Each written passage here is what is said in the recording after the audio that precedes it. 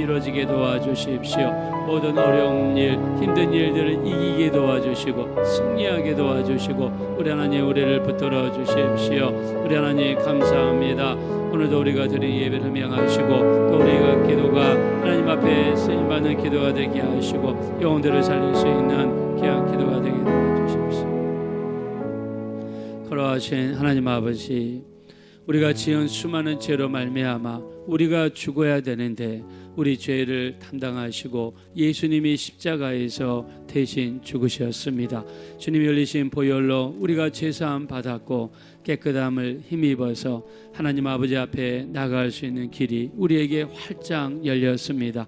우리에게 베풀어 주신 주님의 은혜와 사랑에 감사드리며 일평생 주님의 은혜에 감사하여 보답하는 삶을 살아갈 수 있도록 우리를 축복하여 주시옵소서.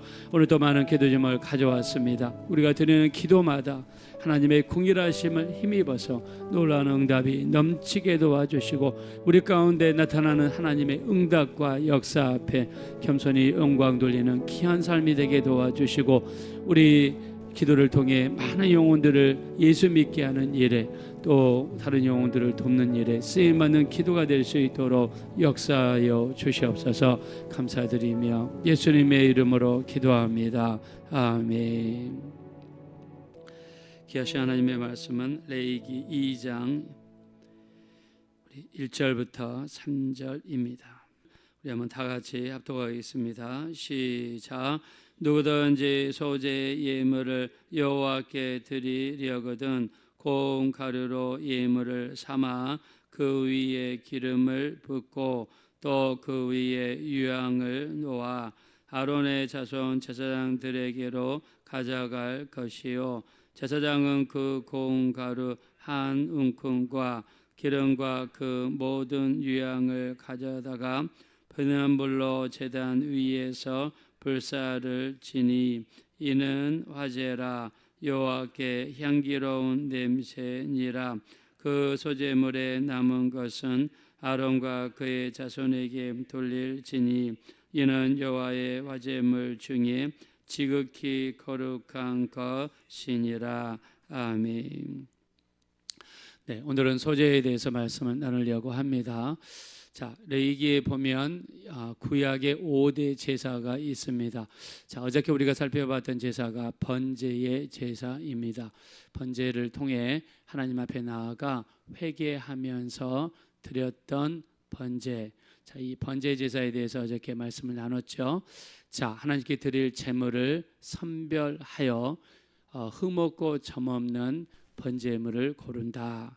절대로 흠이 없어야 됩니다. 흠 있는 것을 가져왔을 때 하나님께서는 내 제단 위에 헛되이 불사르지 못하게 너희 중에 성전문을 닫을 자가 있었으면 좋겠도다. 내가 그들을 기뻐하지 아니하며 그들이 손으로 드린 것을 받지 아니하리라 라고 말라기 1장 10절에 말씀했습니다. 자, 그래서 선별해서 하나님께로 가져가고 그리고 두 번째 뭐 한다고 그랬습니까? 이 번제물 위에다가 안수하면서 내 죄를 전가시킨다. 그리고 그 번제물을 죽인다. 그리고 그 피를 받아 뿌린다. 그리고 가죽을 벗기고 각을 뜬다. 그리고 마지막에 제사장에게로 가지고 가면 제사장이 그것을 받아 이 제단 위에서 태우는 일을 하게 됩니다. 자, 이렇게 드려지는 제사가 회개의 제사, 속죄의 제사 또는 다른 말로는 번제라고 말씀을 드렸습니다. 자, 두 번째 제사는 소제입니다. 소제는 다른 제사와는 다르게 곡식으로 하나님 앞에 드리는 제사, 이게 바로 소제의 제사였습니다. 그래서 다른 제사는 짐승을 잡아 피 흘려서 또 하나님 앞에 드렸지만 소제로 드리는 제사는 피 흘리지 않는 곡식으로 드리는 제사였다. 자, 그래서 소제를 드리는 목적이 몇 가지가 있습니다. 첫째는요, 하나님의 은혜가 너무나 감사해요. 받은 바 은혜가 너무나 큽니다. 그래서 받은 바 은혜가 너무나 커서 자발적으로 드리는 감사의 제사였습니다. 그래서 우리가 기도하고 나서 응답을 받았거나 하나님의 큰 도우심이 임하였을 때 그 은혜가 너무 감사해서 내게 가지고 있는 고운 가루를 하나님 앞에 가지고 와서 드렸습니다. 그래서 요즘으로 치면은 감사 헌금이죠. 그래서 어떤 정해진 것도 없고 의무사항도 없지만 내가 하나님의 은혜에 정말 감사해서 어떤 드리는 이 제사, 바로 이것이 하나님께 드리는 소제였습니다. 자, 두 번째는요, 이 소제가 심판할 때 쓰이는 제사 중에 제사였습니다. 심판할 때. 예를 들면 내 아내가 있어요. 내 아내가 어떤 다른 남자랑 잠을 잔 것 같아요. 근데 증거가 없습니다. 증거가 없어서 이거를 판별하기 위해서 쓰여졌던 제사가 바로 소제입니다. 그래서 이럴 때는 고운 가루가 아니라 보리 가루 10분의 1 에바. 자, 에바는 12대다라고 제가 말씀드렸죠. 10분의 1이니까 한 대 약 한 2업 정도, 약 한 대 정도 되는 이 보리가루를 가지고 남편이 아내를 데리고 제사장한테 같이 갑니다. 자, 그러면서 이 소제를 하나님 앞에 드렸습니다. 자, 원래 소제에는 반드시 들어가야 되는 게 있죠. 그게 뭐냐면 첫째는 기름이고 두 번째는 유향입니다. 자, 이 소제에다가 기름과 유향을 섞어 가지고 하나님께 드렸는데, 의심의 소제 또는 기억의 소제, 우리 민수기 5장 15절에 보니까 의심의 소제, 기억의 소제라고 표현했습니다. 그래서 자기 아내를 데리고 하나님께로 갑니다. 그리고 이 보리가루를 번제단에다 먼저 태웁니다. 하나님께 먼저 제사를 드리죠. 그리고 그릇을 가져와서 거기에다가 물을 붓습니다. 그리고 성막 바닥에 있는 먼지를요, 이 그릇에다가 탑니다. 그리고 나서 종이를, 두루마리를 가져와 가지고 그 두루마리에다가 글을 씁니다. 너가 정직하면 아무런 해를 받지 않을 것이요, 만약에 거짓으로 맹세를 하거나 이야기를 하면 네 배가 부어오르게 될 것이고, 그리고 넓적다리가 마르게 될 것이다. 그리고 글을 쓴 다음에 여자한테 읽어주고 아멘 해라. 그리고 더 늦기 전에 진실을 이야기해라. 자, 근데 거기서 만약에 이실직고 하거나 하면은 이 여자는 어떻게 될까요? 가늠하다가 들킨 여자는 그 자리에서 돌에 맞아서 죽습니다. 대부분의 여자들이 거짓말을 한다고 합니다. 자, 거짓말을 하면은요, 자, 그 종이를 그릇에 담긴 물에다가 그 종이를 담급니다. 그리고 나서 이 물을 여자가 마시게 만들었어요. 그래서 이 여자가 만약에 거짓말하지 않고 진실하고 정말 정직한 말을 했어요. 그러면 아무런 해가 없이 지나가고 임신하는 역사가 일어난다. 이렇게 적어져 있고요. 민수기 5장에 만약 거짓말했을 경우에는 창자가 부풀어 올라서 여자의 배가 부풀어 오르게 되고 넓적다리가 마르게 되는 이런 일이 일어났습니다. 자, 그래서 소제가 어떤 판결하고 심판하는데 또 쓰이기도 했습니다. 민수기 5장에 보면 어떻게 보면, 그래서 이 민수기 5장 15절에는요, 의심의 소제다. 의심의 소제. 그래서 이럴 때 쓰이는 목적이 있었다. 자, 그래서 우리가 나중에 레위기 5장에 나오겠지만, 자, 가난한 사람들 중에서 집비기도 없고 산비기도 없는 사람들이 하나님 앞에 속죄제로 드렸던 것이 바로 또 소제였습니다. 곡식가루를 하나님 앞에 가지고 와가지고 속죄제 대신에 또 드리는 그런 제사가 소제입니다. 자, 근데 대부분 성경에서 이야기하는 소제는요, 받은 바 은혜에 너무 감사해서, 하나님 은혜가 너무 감사해서 하나님 앞에 이 고운 가루에다가 기름과 유향을 섞어서 하나님 앞에 가지고 갔습니다. 자, 소제는 단독으로 드려지기보다는 번제를 드릴 때나 화목제를 드릴 때 같이 드려지는 그런 제사였다고 합니다.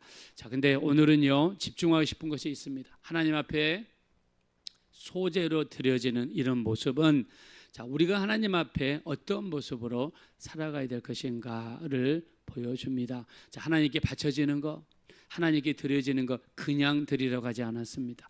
자, 곡식을 드리는데 보리를 그대로 드리는가? 쌀을 그대로 드리는가? 아닙니다. 보리라든가 곡식, 밀 같은 것을 하나님께서는 고운 가루로 만들라고 말씀했습니다. 자, 지금이야 믹서기가 발전했기 때문에 쌀 같은 거라든가 이렇게 거친 곡식을 딱 집어넣으면 고운 가루로 금방 갈 수가 있죠. 자, 근데 이때 당시에는요 기구가 많지 않았기 때문에 어떻게 하느냐? 절구통 같은 데다가요 집어넣고 절구 같은 걸로 있는 힘을 다해서 으깨야 됩니다. 여러분, 우리가 절구 같은 데다가 넣고 으깨면은 부드러운 것은 쉽게 으깨지만 곡식 같은 경우는 어렵잖아요. 근데 그 곡식을 고운 가루를 만들기 위해서 절구에다가 찍고 그 다음에 맷돌 같은 데다 집어넣고 그냥 있는 힘을 다해서 갈아서 최대한 고운 가루를 만들어야 됩니다. 자, 그것뿐만이 아니죠. 그거를 그대로 한 게 아니라 키에 이 챙이 같은 데다가 집어넣고 통과를 시키죠. 그럼 거친 곡식은 위에 남고 고운 가루는 밑으로 떨어집니다. 자, 이렇게 만든 것이 바로 고운 가루예요. 자, 이 고운 가루로 만든다는 것은 우리가 하나님 앞에 나갈 때 우리의 세상의 거친 모습, 온전하지 못한 모습, 내가 모나고 부딪히는 세상의 나의 모습, 이런 모습들이 철저하게 하나님 앞에서 깨지는 우리의 모습입니다. 그래서 하나님 앞에 나갈 때는요 우리 자아가 철저하게 깨져야 돼요. 나의 높아진 마음이 낮아져야 되고요, 내 부딪히는 어떤 심성이 정말 모난 부분이 있다면 철저하게 하나님 앞에 깨지는 어떤 그런 모습, 이것이 바로 고운 가루입니다. 그래서 하나님 앞에 나아가는 성도들은 철저하게 깨져야 돼요. 그래서 우리가 깨지기에 좋은 장소가 있죠. 그게 어디입니까? 바로 교회입니다. 교회는요 내가 집에 있을 때는 아내는 남편이 받아주고 남편은 아내가 받아주고 자식들은 부모가 받아주기 때문에 그렇게 부딪힐 일이 없어요. 자, 근데 그런 상태에서 교회에 왔을 때 김집사랑 부딪히고 이 집사랑 부딪히고, 자, 그렇게 부딪히면서 내 마음이 아프고 그렇게 부딪히면서 내가 그렇게 해서는 안 됐다는 것을 깨닫게 되죠. 그래서 하나님께 나아가는 성도의 모습은 철저하게 깨지고 갈아지고 부딪혀야 되는 그런 모습으로 변화되어야 되는 것이 바로 고운 가루가 되는 것입니다. 또 하나님 앞에 나갈 때 우리가 높은 마음으로 나갈 수 없죠. 어떻게 됩니까? 우리 마음이 낮아져야 되죠. 사도 바울은 그 인생을 보면서 점점점 시간이 갈수록 낮아지는 것을 볼 수 있습니다.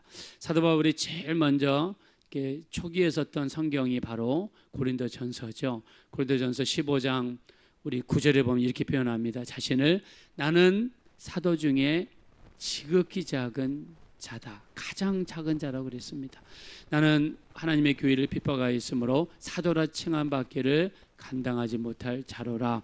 그러나 나의 나된 것은 하나님의 은혜로 된 것이니 내게 주신 그의 은혜가 헛되지 아니하여 내가 다른 사도보다 가장 많이 수고하였으나 이는 내가 한 것이 아니요 나와 함께 하신 하나님의 은혜로다 라고 하면서 사도 바울은 자기 자신을요 사도 중에 가장 작은 자라고 진심으로 고백했습니다. 자, 근데 사도 바울이 사도 중에 가장 작은 자인가요? 아닙니다. 사도 바울은 성경 우리 27권 신약 성경 27권 중에서 거의 반절 정도를 쓸 정도로 사도 바울은 뛰어난 사람입니다. 절대로 뒤지는 사람이 아닙니다. 근데 하나님의 은혜를 받고 보니까 자기를 사도 중에 가장 작은 자다라고 표현했어요.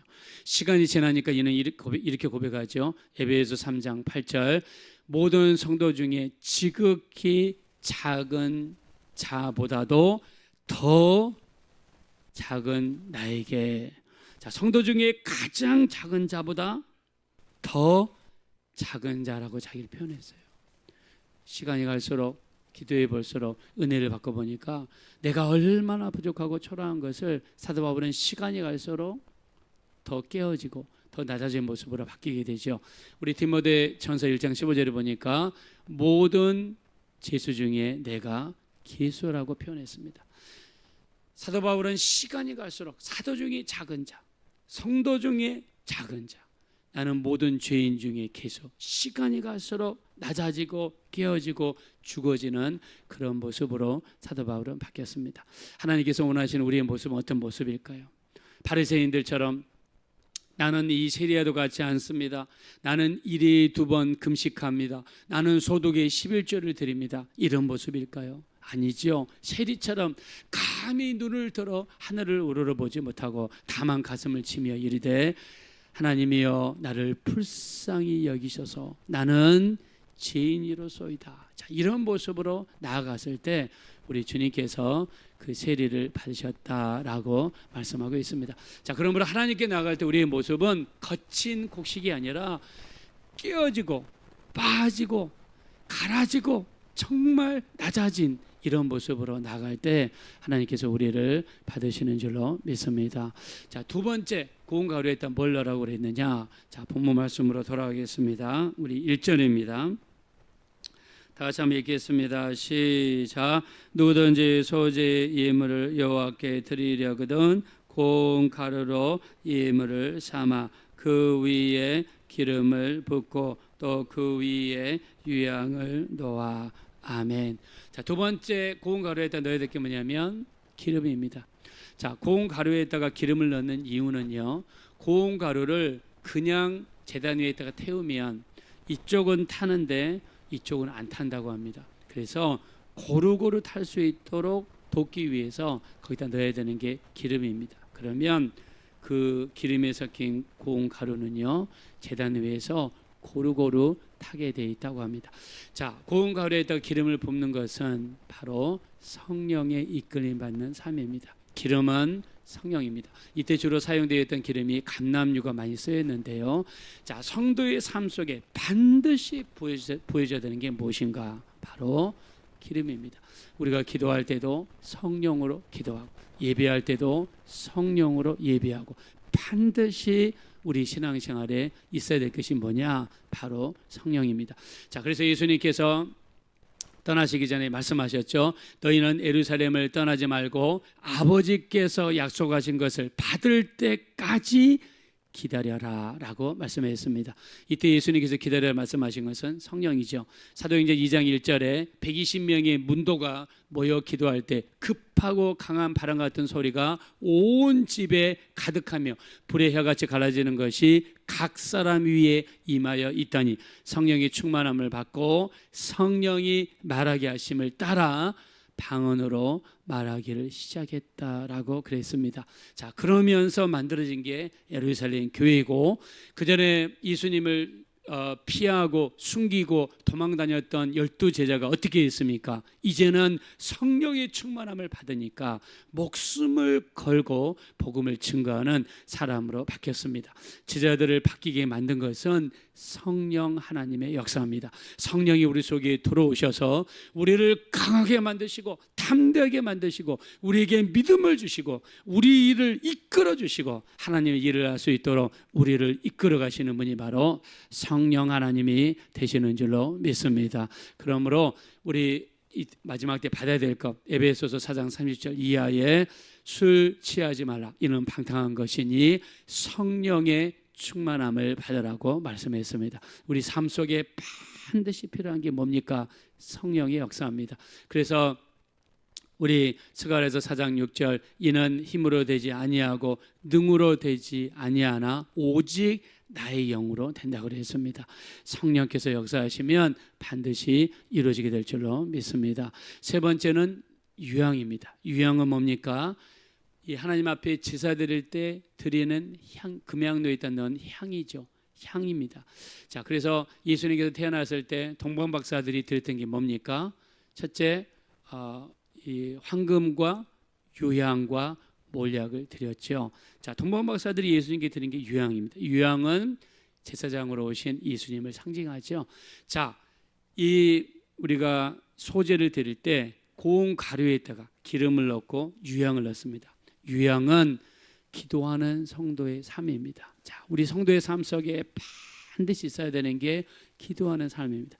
그래서 제사 속에도 성도가 기도해야 된다는 것을 말씀하고 있습니다.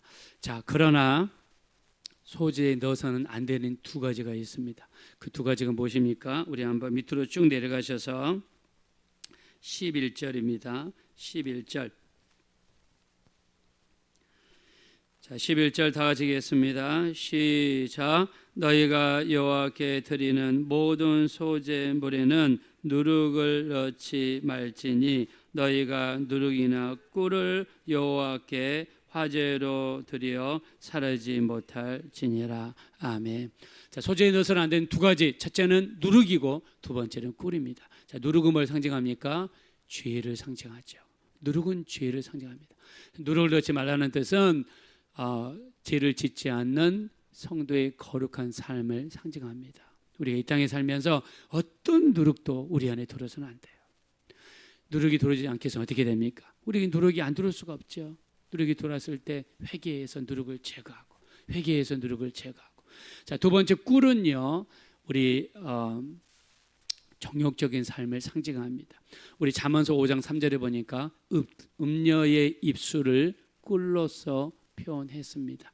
물론 말씀의 맛이 꿀처럼 달달하고 그랬지 꿀을 먹으라고 하진 않았잖아요. 꿀처럼 달달하 이 말은 그 정도로 말씀이 맛있고 깊이가 있고 은혜가 된다는 뜻이죠. 자, 그러나 소재에다 넣어서는 안 되는 것은 꿀입니다. 꿀은 쾌락의 삶을 상징합니다. 이 땅에 살면서 육신의 정욕, 안목의 정욕, 이생의 자랑을 따라 살아가는 우리의 모습이 있어서는 안 된다는 것을 말씀했습니다. 자, 소재는 거친 곡식이 갈아지고 빠지고 부셔져야 됩니다. 우리 성도는 이 땅에 살면서 우리 자아가, 육신의 모습이, 죄악의 모습이 철저하게 부셔져서 부서질 때 하나님 앞에 온전히 바쳐지는 소재가 될 수 있습니다. 우리 주님 앞에 나갈 때 성령의 충만함, 기도로서 나가셔서 우리 삶이 온전히 하나님 앞에 드려지고 바쳐질 수 있는 귀한 거룩한 성도의 삶이 되어지시기를 예수 이름으로 축원합니다. 이 시간 기도하실 때 하나님 앞에 나아갈 때 우리는 철저하게 빠지고 부서지고 갈아져서 고운 가루가 되어야 됩니다. 나의 모난 모습, 온전하지 못한 모습이 있다면 하나님 앞에서 철저하게 부서지게 하시고 빠지게 하시고 죽어질 수 있도록 고운 가루로 정말 성화될 수 있도록 우리를 변화시켜 주십시오. 우리 삶 속에 성령으로 충만하게 도와주시고 기도의 충만함이 있게 도와주셔서 이 험하고 거친 세상에서 승리할 수 있는 우리가 되게 도와주십시오. 우리 합심으로 간절히 기도하겠습니다. 허락하시고 아버지 하나님, 진심으로 감사합니다. 우리 하나님, 우리를 불쌍히 여겨주시고 우리를 긍휼히 여겨주십시오. 하나님께 나아가는 성도의 모습은 낮아지고 죽어지고 빠지고 온전히 정말 부서진 그런 모습임을 말씀하고 있습니다. 우리 하나님, 우리 거친 이 모습으로는 하나님 앞에 나아갈 수 없습니다. 세상적인 모습, 육신의 모습, 정욕의 사랑, 안목의 정욕, 이생의 자랑, 우리 육신의 정욕으로는 하나님께 나아갈 수 없습니다. 소지 들여서는 안 되는 것, 바로 누룩과 꿀을 들여서는 안 된다라고 말씀했습니다.